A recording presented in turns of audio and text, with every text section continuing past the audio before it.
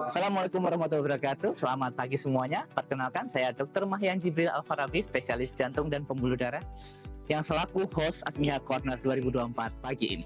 Hari ini kita kedatangan tamu yang sangat spesial, Profesor Dr. Ganesha Harimurti, spesialis jantung dan pembuluh darah konsultan. Selamat pagi, Prof. Selamat pagi. Assalamualaikum warahmatullahi wabarakatuh. Ya, apa kabarnya, Prof? Baik, alhamdulillah. Alhamdulillah. Senang sekali loh, Prof, kita bisa senang kedatangan apalagi Prof ada hari kopi. ini. Oh iya. Banget. Iya, langsung fresh ya, Prof, ya, dan mulai.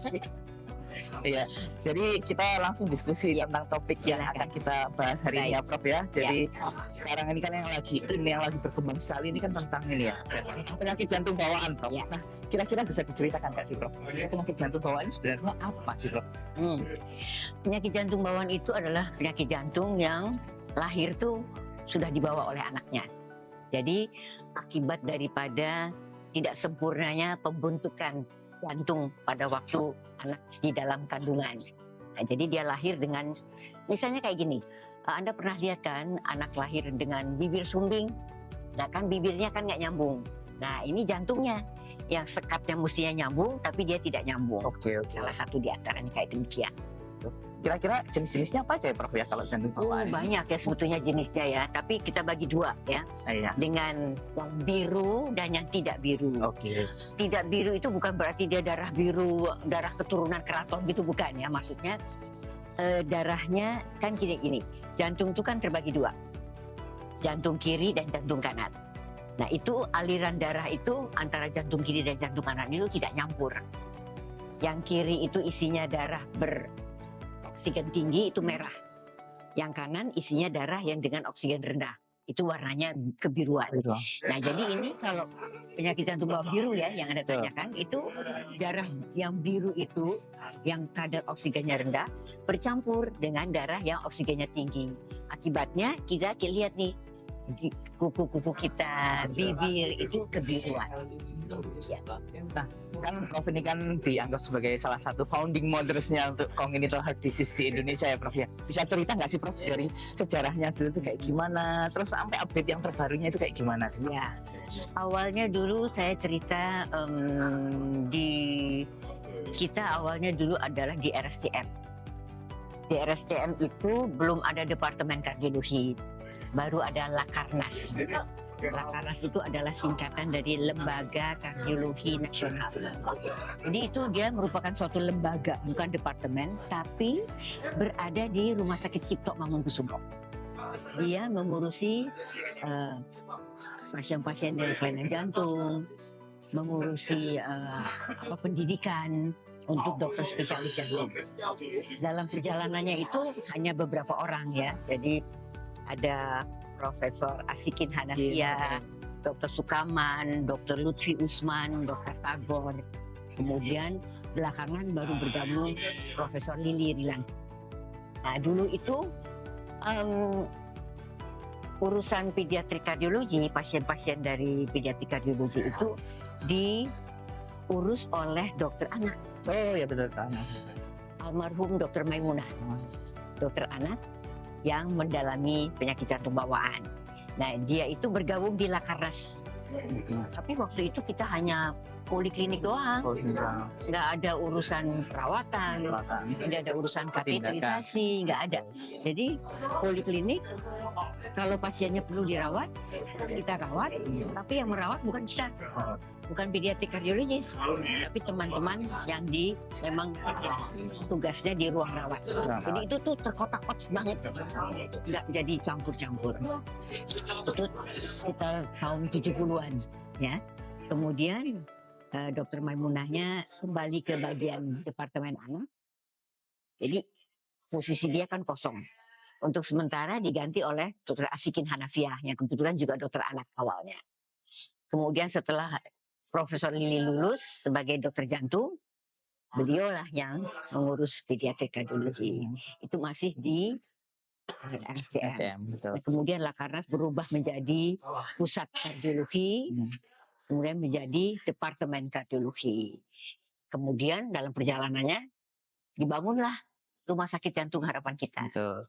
Dulu tuh ruang lingkup kita tuh amat sangat terbatas. Jadi kita kalau untuk berkembang itu rasanya susah banget. Jadi kita pindah ke Rumah Sakit Jantung Harapan kita. Itu waktu itu berapa bed ya? Saya lupa, kalau nggak salah 300 bed apa kalau nggak salah.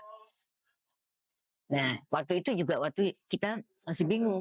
Nih kok banyak banget nih. Iya. Gimana kita ngisinya? Ternyata memang pasien jantung itu banyak sekali. betul, Jadi betul. ternyata kemudian berdatanganlah dari mana-mana, dari Surabaya, dari Papua, dari Aceh, dari mana-mana. Nah, kemudian em, dengan dibangunnya harapan kita dari awal tuh sudah bilang sama Dr. Sukaman sebagai ketua departemen.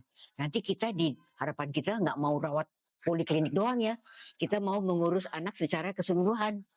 Dari poliklinik, rawat, kateterisasi dan sebagainya. Akhirnya kemudian kita dialokasikan ada ruang rawat khusus untuk pediatrik. Disitulah mulai awalnya berkembang. Awalnya tuh saya hanya berdua dengan Bu Lili aja. Wah, luar biasa.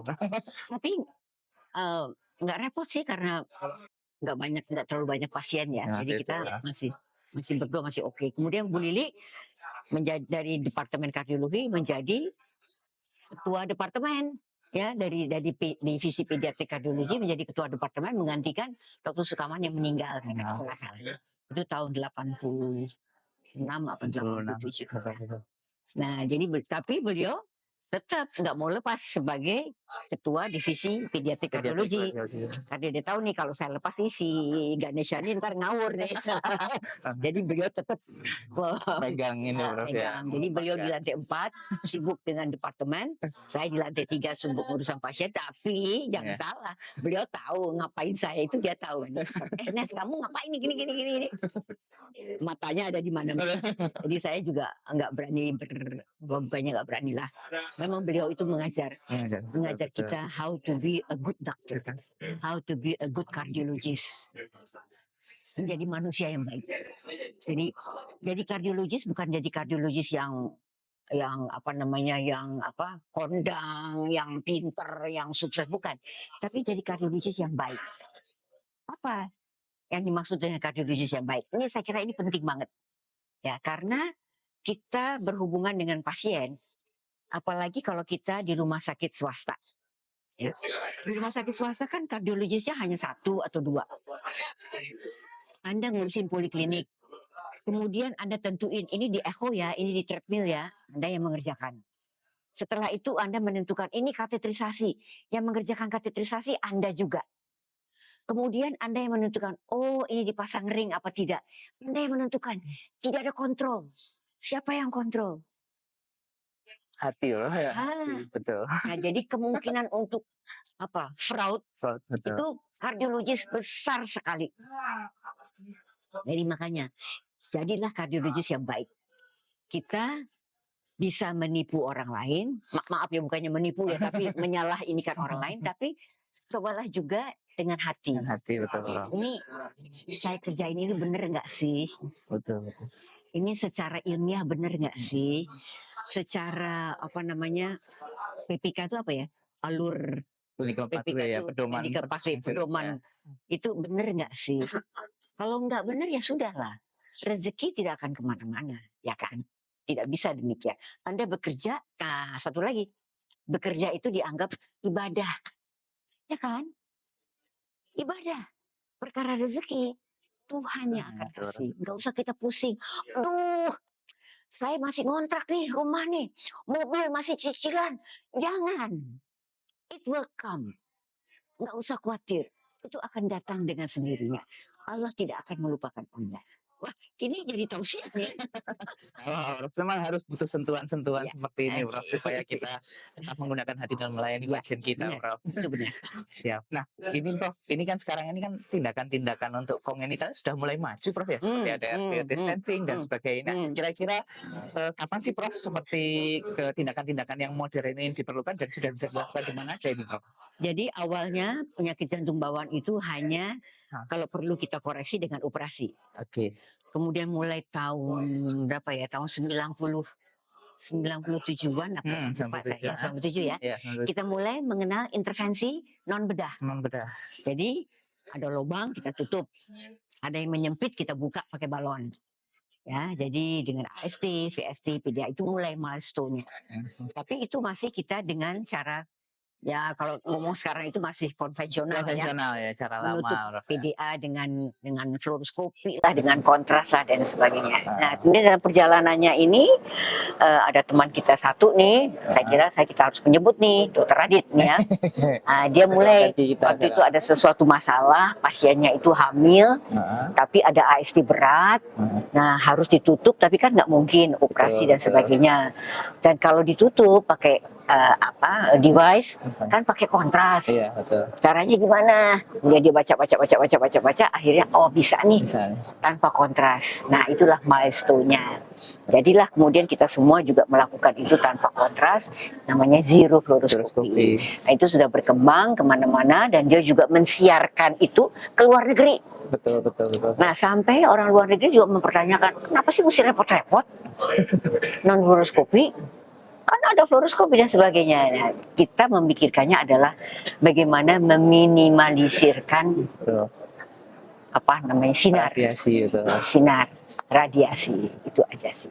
Dan memang buat pasien menyenangkan kan, nggak pakai dibelek, nggak ada tidak ada cicatrix, nggak juga perawatannya juga hanya 2 malam, kalau operasi berlama-lama. Jadi untuk for everybody itu menyenangkan, untuk pasien, untuk operator, semua menyenangkan. Apalagi sering dijadikan referensi Prof. Setahu saya kalau di ASEAN ini pada belajarnya ke sini, Prof.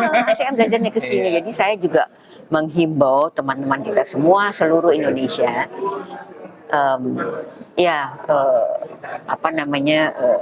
tingkatkan ilmu, tingkatkan skill untuk juga bisa memberikan pelayanan yang prima untuk pasien di seluruh Indonesia. Terakhir nih Prof, ada pesan-kesan nggak untuk pasien-pasien yang punya penyakit jantung bawaan Prof, supaya mereka tetap punya harapan dan tetap punya semangat ke depan Prof?